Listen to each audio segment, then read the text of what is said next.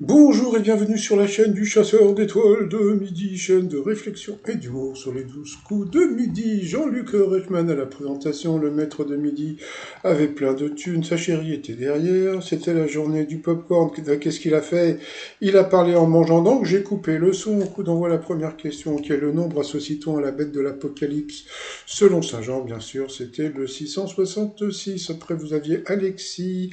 Alors, que feraient 26% des Français en cas de rentrée d'argent inattendue des travaux dans la maison? Je ne vois pas pourquoi ils feraient pas. Ils feraient faire des travaux et ils partiraient en vacances. Bon, après vous aviez Totoc Emmanuel, qui était très très fan de Jean-Luc Reichmann, qui était en visio avec son fils et son mari. Alors là, il y a eu une question coquine, franchement. Qu'est-ce que c'est que cette question coquine à la 2 balles au lit? Quelle habitude est appelée les pieds de cricket?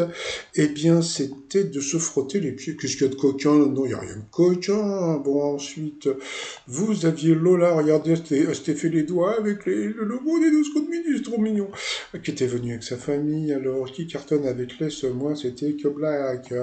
Dans les années 60, qui chantait le scandaleux Let's Spend the Night Together, soit Passons la nuit ensemble, eh bien c'était le Rolling Stone.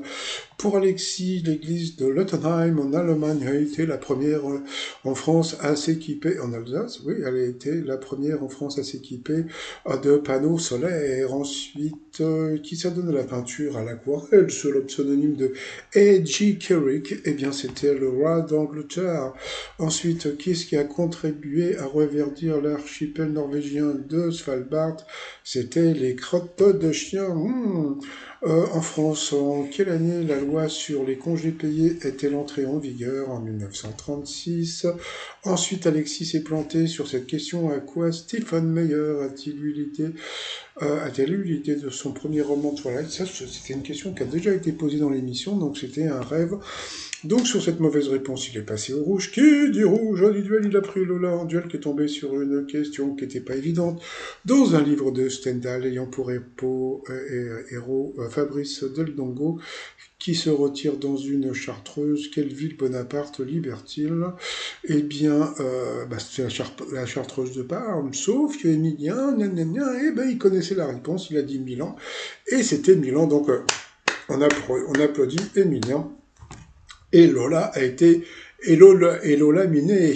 Ensuite, eh bien, Alexis, Emilien et Emmanuel sont retrouvés sur le coup par coup. Entre-temps, il y a toute une séquence qui était très mignonne avec les enfants. On aurait dit l'émission de Jacques Martin, je ne sais plus comment ça s'appelait. Donc voilà. Alors, quel mot rime avec soupçon? La mauvaise réponse, c'était qui vient de Jupiter. Ensuite, quel tube avons-nous pu fredonner dans les années 70? La mauvaise réponse était besoin de toi, envie de rien. Et là, tout le monde a trouvé la bonne réponse. Ensuite, quelle affirmation s'applique au sprinter Usain Bolt? La mauvaise réponse, eh bien, il ne dessine pas ses vêtements. Donc, sur cette mauvaise réponse, elle est passée au rouge. Qui dit rouge dit duel. Elle a pris Alexis en duel, qui est tombé sur une question assez simple qui faisait partie des nuls avec Chava et Farouja. Donc, bien sûr, c'était Chantal le Lobby. Ensuite, eh bien, Alexis et Emilien se sont retrouvés pour... Ah c'était la pub. Bon, bah, comme c'est la pub, le t-shirt... bah oui, hier, c'était l'anniversaire, ça faisait 3 ans qu'il est parti. Jean-Pierre Bacry fait chier. Voilà, sur le site trotsmignon.com. Et nous, on revient après la publicité. La publicité.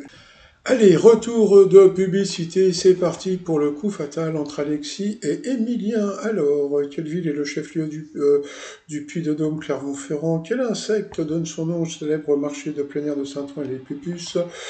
Dans la Bible, qui est le frère de Jacob et Ésaü? Pour qui n'y a-t-il pas de printemps? D'après le titre d'un film d'Hitchcock, c'était Marnie. Quel magicien compagnon d'Arthur porte le nom d'une grosse hache? C'était Merlin, et là il a trouvé, il était fort Alexis quand même. Hein. Que désigne le B de BDE quand il s'agit d'une association étudiantine, le bureau des étudiants, le B? De quel micro est-il l'abréviation courante? Bah là il s'est un peu planté parce que bon il est parti sur micro, je sais pas quoi, c'était juste microphone, et voilà. Ensuite, quel sport opposant deux équipes de 7 joueurs utilise un frisbee? C'était je sais pas quoi, mais il l'a trouvé. Je suppose que c'était le sport là. Quel véhicule était le Spirit of Saint-Louis de Charles Lindbergh, un avion? En 76, quel acteur est à l'affiche de Monsieur Klein? Il n'a pas trouvé, c'était Alain Delon. Chez Disney, de quelle couleur est la pomme que croque Blanche-Neige? Rouge. Pour le maître de midi, quel artiste dont le nom est Benjamin Viottier à la ville est connu pour ses toiles où sont écrites des phrases? C'était Ben. Ensuite, il l'a trouvé, donc bravo à lui quand même, parce que c'était pas évident. Hein. Voilà. Ensuite, quel drag queen a remporté la deuxième saison de Drag Race France? Franchement, c'était une question super dure pour... Là, vous voyez ce genre de questions. Pourquoi Emilia, il a pas ce genre de questions à la con, là, comme ça, là? Hein? Bah ouais, parce que voilà, c'est comme ça. Mais bon, c'est pas grave. Hein. Ensuite, quel genre de restaurant porte le nom d'une usine à bière? La brasserie pour Emilia. Quel est le premier joueur slovaque de l'histoire du Paris Saint-Germain? Il n'a pas trouvé, donc après il a une question facile. Sur quel continent le peuple Maasai vit-il? Donc le Maasai c'est Masai Mara, c'est au Kenya en Afrique. Quelle constellation est représentée sur le drapeau de l'Australie et de la Nouvelle-Zélande? C'était la Croix du Sud, je crois. Ensuite, quel synonyme de guet-apens rime avec renard? Il n'a pas trouvé, c'était traquenard. Dans quel pays le fleuve nommé Tigre prend-il sa source? Il n'a pas eu le temps de répondre, il a été éliminé, et éliminé, il a eu les boules, parce que Jean-Luc Reichmann, il n'a pas donné la réponse, et c'était la Turquie, il lui a dit après, allez, ensuite, bon, bah, il était content, hein, il a dansé, gna gna gna. Ensuite, par rapport au coup de maître, comment est la vache à laquelle on nous compare quand on parle mal une langue étrangère? Une vache espagnole. En quelle matière sont faites les poutres visibles des maisons à colombage? Donc, bien sûr, c'était du bois. Il a eu que des questions faciles. Bon, ça, c'est pas très important, hein, mais bon, normalement, il a fait un coup de maître qui permet de... Quoi, bon, le mec qui balance l'info, de faire gagner plus de fric pour les pièces jaunes. Que signifie le mot bendo, souvent évoqué dans le rap? C'était le quartier. Je connaissais pas, moi, lui, il connaissait. Quel cirque a été fondé en 84 au Canada par Guy la Liberté? Bon, ça, c'était facile. C'était le Cirque du Soleil. Ensuite, qui a composé le générique de la série Amicalement Vôtre? Bon, ça c'était connu. Bon, c'était le mari le premier mari de Jane Birkin, hein, donc c'était John Barry. Donc là, il l'a trouvé, donc il a fait un coup de maître. Bon, c'est vrai que John Barry, c'était peut-être pas évident pour lui, hein, vu son âge, et puis le quartier, bon, peut-être qu'il connaît le rap. Donc il a fait un coup de maître, ça lui fait gagner 5000 balles, mais surtout, ça a fait qu'il y a eu 30 000 euros pour les pièces jaunes. Donc, bon, comme je le dis, moi, il est sympa, donc, puis bon, c'est l'argent de TF1, donc allez, hop, vous pouvez lui en donner un peu plus, on s'en fout.